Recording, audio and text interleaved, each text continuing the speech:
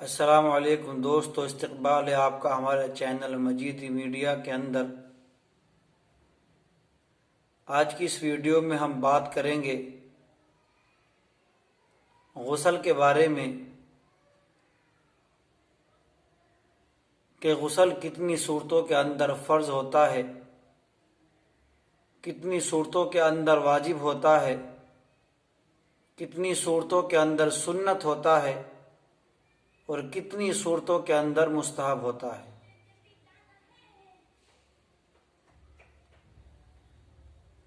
سب سے پہلے ہم بات کر لیتے ہیں کہ کن صورتوں کے اندر غسل فرض ہو جاتا ہے اور انسان کے لیے نہانا ضروری ہوتا ہے۔ کچھ چیزوں کا تعلق تو عورتوں سے ہیں اور کچھ چیزوں کا تعلق مردوں سے ہے۔ ان باتوں کے پوچھنے میں بہت سے لوگ شرم محسوس کرتے ہیں، اس لیے اس طرح کے مسائل کو پوچھ نہیں پاتے۔ نتیجہ یہ ہوتا ہے کہ بہت سے لوگ بہت سا پانی اپنے بدن پر بہانے کے بعد بھی ناپاک رہتے ہیں۔ تو دین کی باتیں پوچھنے میں، دین کے مسائل پوچھنے میں اگر شرم محسوس کی، شرم کی وجہ سے دین کی باتوں کو نہ پوچھا، تو یہی شرم ہمیں جہنم میں لے جانے کے لیے کافی ہے۔ اس لیے دوستو، دین کی بات پوچھنے کے اندر شرم نہیں کرنی چاہیے۔ اور آج کی اس ویڈیو کو دیکھنے کے بعد بہت سے لوگ یہ کہیں گے کہ یہ باتیں بیان کرنے کی نہیں تھی۔ اگر یہ باتیں بیان نہ کی جائیں اور پوچھنے والا شرم کی وجہ سے نہ پوچھے تو پھر مسائل دوسروں تک کس طرح سے پہنچیں گے؟ اس لیے دوستو ضروری ہے کہ تمام مسائل کو اچھی طرح سے سمجھا جائے اور اس پر عمل کرنے کی کوشش کرے۔ چلیے دوستو، بات کر لیتے ہیں کہ کن صورتوں کے اندر غسل فرض ہو جاتا ہے۔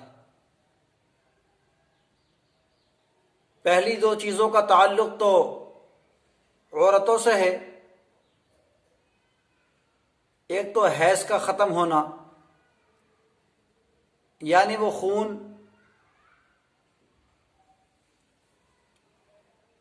کہ جو ہر مہینے عورتوں کے ساتھ میں پیش آتا ہے۔ اور دوسری چیز نفاس کا ختم ہونا۔ نفاس وہ خون کہلاتا ہے جو بچے کی ولادت کے بعد میں خون کا سلسلہ جاری رہتا ہے۔ جب وہ ختم ہو جائے تو غسل کرنا فرض ہو جاتا ہے۔ حیض کا ختم ہونے کے بعد اور نفاس کے ختم ہونے کے بعد میں غسل کرنا فرض ہوتا ہے۔ حیض کی مدت کم سے کم 3 دن ہے۔ اگر 3 دن سے کسی کو خون کم آتا ہے تو اس خون آنے کی وجہ سے غسل فرض نہیں ہوگا، بلکہ وہ استحاضے کا خون ہے۔ اور زیادہ سے زیادہ حیض کی مدت 10 دن ہے۔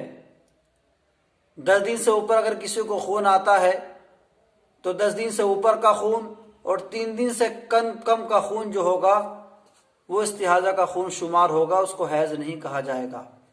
حیض کی کم سے کم مدت 3 دن ہے اور زیادہ سے زیادہ 10 دن کی مدت ہے۔ 10 دن سے زیادہ اور 3 دن سے کم جو خون ہوگا وہ استحاضہ کا خون ہوگا، اس کے آنے کی وجہ سے یا جب وہ ختم ہو جائے غسل فرض نہیں ہوگا۔ اسی طرح سے نفاس کی زیادہ سے زیادہ مدت 40 دن ہے اور کم کی اس کی کوئی حد نہیں ہے، کتنے دن بھی آ سکتا ہے۔ تو جب حیض کا خون ختم ہو جائے یا بچے کی ولادت کے بعد میں خون کا سلسلہ بند ہو جائے تو پھر غسل کرنا ضروری ہوتا ہے۔ اسی طرح سے مردوں کا عورتوں کے ساتھ میں خاص ملاقات کرنا، اس کو زیادہ واضح طور پر نہیں بتلایا جا سکتا کیونکہ یہ ویڈیو سب دیکھتے ہیں۔ اسی سے اشارہ سمجھ لینا چاہیے۔ خاص ملاقات کرنے کے بعد میں غسل مرد کے اوپر اور عورت دونوں کو اوپر فرض ہو جاتا ہے۔ اسی طرح سے اگر خواب کے اندر مرد کو یا عورت کو اس طرح سے دکھائی دیا کہ گویا کہ ہمارے کپڑے ناپاک ہو گئے، اور جب آنکھ کھلی تو اٹھنے کے بعد بھی کپڑوں پر تری یا کوئی دھبا محسوس ہوا، تو اس سے بھی غسل فرض ہو جاتا ہے۔ یا اسی طرح سے جاگنے کی حالت میں شہوت کے ساتھ میں مرد کا مادہ خارج ہوا تو اس سے بھی غسل فرض ہو جاتا ہے۔ لیکن اگر مرد کا مادہ خارج ہوا شہوت کے ساتھ نہیں بلکہ کسی بیماری کی وجہ سے یا کوئی زیادہ بوجھ سر پر رکھنے کے دباؤ کی وجہ سے مادہ خارج ہوا، تو اس سے غسل فرض نہیں ہوگا، صرف وضو ٹوٹے گا اور وضو کر لینا کافی ہو جائے گا۔ مادہ تولید جس کو کہا جاتا ہے، اگر وہ شہوت کے ساتھ میں نکلتا ہے تو اس سے غسل فرض ہوتا ہے، اور کسی بیماری کی وجہ سے نکلتا ہے تو اس سے غسل فرض نہیں ہوگا بلکہ وضو ٹوٹ جائے گی اور وضو کر لینا کافی ہو جائے گا۔ اسی طرح سے مرد عورت کے ملنے سے جس طرح غسل فرض ہو جاتا ہے، اسی طرح نعوذ باللہ اگر مرد عورت کے علاوہ کسی اور سے مجامعت کرے، ملاقات کرے، تو اس سے بھی مرد پر غسل فرض ہو جائے گا۔ اور دونوں جانب اگر بالغ ہیں تو دونوں پر غسل فرض ہوگا، اگر ایک جانب بالغ ہے تو بالغ پر غسل فرض ہوگا، نابالغ پر غسل فرض نہیں ہوگا۔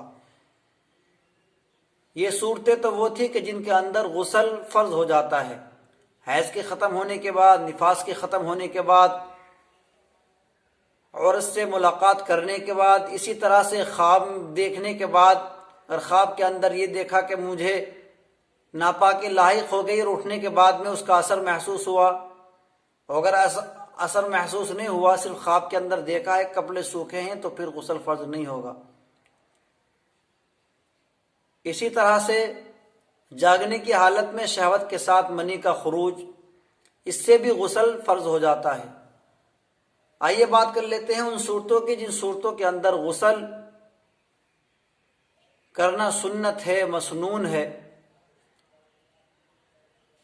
دونوں عیدوں کے لیے، عید الفطر جو پہلے شوال کو آتی ہے رمضان کے ختم ہونے کے بعد میں، یا عید الاضحیٰ جو ذی الحجہ کی 10 تاریخ کو ہوتی ہے، ان دونوں عیدوں کے لیے غسل کرنا سنت ہے، اور غسل کرنے کے بعد میں اچھے کپڑے پہن کر نماز کو چلے جائیں۔ دوسری بات یہ ہے کہ جمعے کی نماز کے لیے بھی غسل کرنا سنت ہے، اور اگر کسی نے صبح کو ہی غسل کر لیا جمعے کے روز تو وہی کافی ہو جائے گا، خاص نماز کے وقت کو غسل کرنا کوئی ضروری نہیں ہے۔ اسی طرح سے اگر آپ حج کے اندر ہیں تو احرام باندھتے وقت بھی غسل کرنا سنت ہے۔ اور ایک صورت غسل کی مستحب کی ہے، وہ یہ ہے کہ جب کوئی آدمی اسلام کے اندر داخل ہو جائے، حالت کفر سے حالت اسلام کے اندر آ جائے، یعنی کہ مسلمان ہو جائے، تو ایسے شخص کے لیے غسل کا کرنا مستحب ہے، اور اگر وہ شخص پہلے سے ناپاک ہے تو پھر اس کو اوپر غسل کا کرنا فرض ہو جائے گا، پھر وہ مستحب نہیں ہوگا۔ اور ایک صورت ایسی ہے کہ جس صورت کے اندر غسل دینا واجب ہے، غسل کرنا نہیں، یہاں غسل دینا واجب ہے، کیونکہ غسل کرنا یہ زندوں کے ساتھ میں وابستہ ہے، اور مردے کو جو غسل دیا جاتا ہے وہ زندوں کو اوپر واجب ہے، واجب ہونے کی صرف ایک صورت ہے کہ مردوں کو جو غسل دیا جاتا ہے وہ زندوں کے اوپر واجب ہے۔ تو دوستو، آج کی اس ویڈیو میں جانا آپ نے کہ کن صورتوں کے اندر غسل فرض ہوتا ہے، کن صورتوں کے اندر غسل واجب ہوتا ہے، کن صورتوں کے اندر غسل سنت ہے، کن صورتوں کے اندر غسل مستحب ہے۔